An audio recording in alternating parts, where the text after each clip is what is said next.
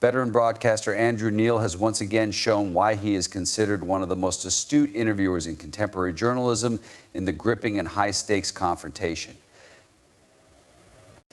Neil held Labour's Rachel Reeves accountable for the UK's dismal economic performance during a live broadcast confrontation that left viewers stunned and social media ablaze. A routine conversation about quarterly growth data soon turned into a heated argument that ended with the disclosure of what Neil called a damning secret about Labour's economic approach. The consequences sparked a wider conversation about the country's economic destiny, in addition to increasing scrutiny of Labour. The most recent economic data, which showed zero growth from July to September, served as the backdrop for this conflict. This depressing statistic had an impact on both the political and economic arenas. This development was a stinging blow to a party that promised to offer the highest sustained growth among G7 countries. Reeves, Rachel, the shadow chancellor for Labour, seemed ready to defend her party's performance and lay out their recovery strategy, but the interview quickly went from being ordinary to being exceptional. Neil wasted little time with a wealth of information and sharp inquiries. The figures are unmistakable. He started off in his usual composed but persistent manner. Q3 saw no increase, while Q1 and Q2 saw 0.7% and 0.4% growth, respectively. Labour's pledge to spearhead economic expansion is beginning to seem like empty talk.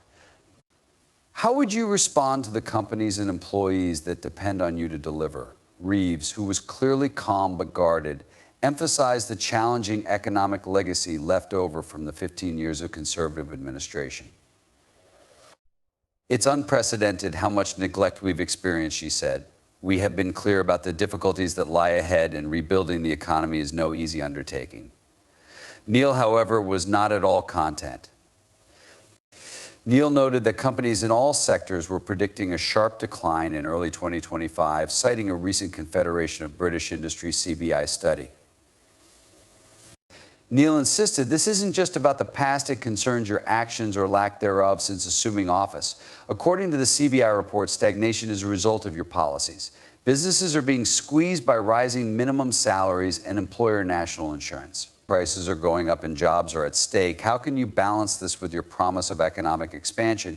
Reeves' response, which reiterated Labour's long-term goal while defending policies, only gave Neil more confidence. He interrupted, "You talk about future plans, but people and businesses are struggling right now. Critics claim that your budget may have worsened circumstances and offers no quick fixes."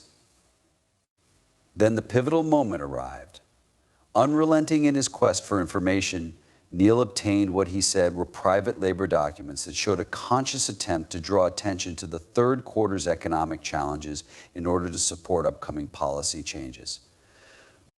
Neil lifted a folder labeled confidential and said, "These papers suggest Labour may have deliberately underscored economic woes to pave the way for policy changes. Is this leadership eroding trust in order to gain political advantage?"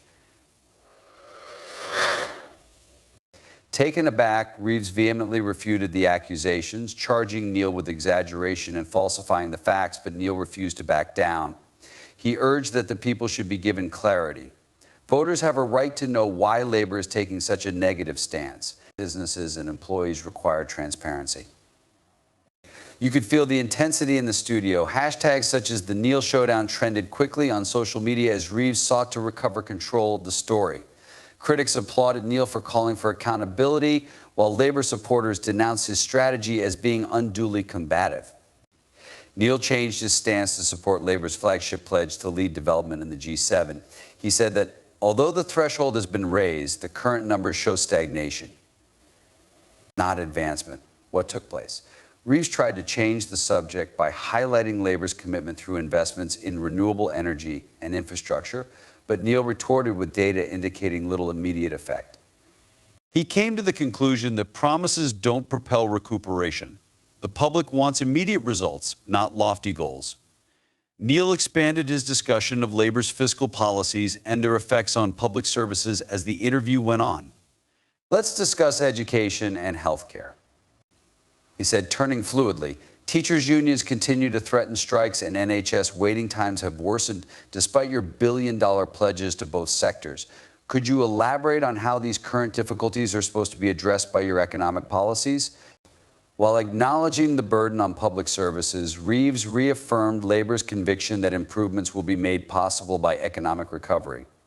We want our investments to pay off in the long run, she said. Long-term benefit at the expense of short-term misery.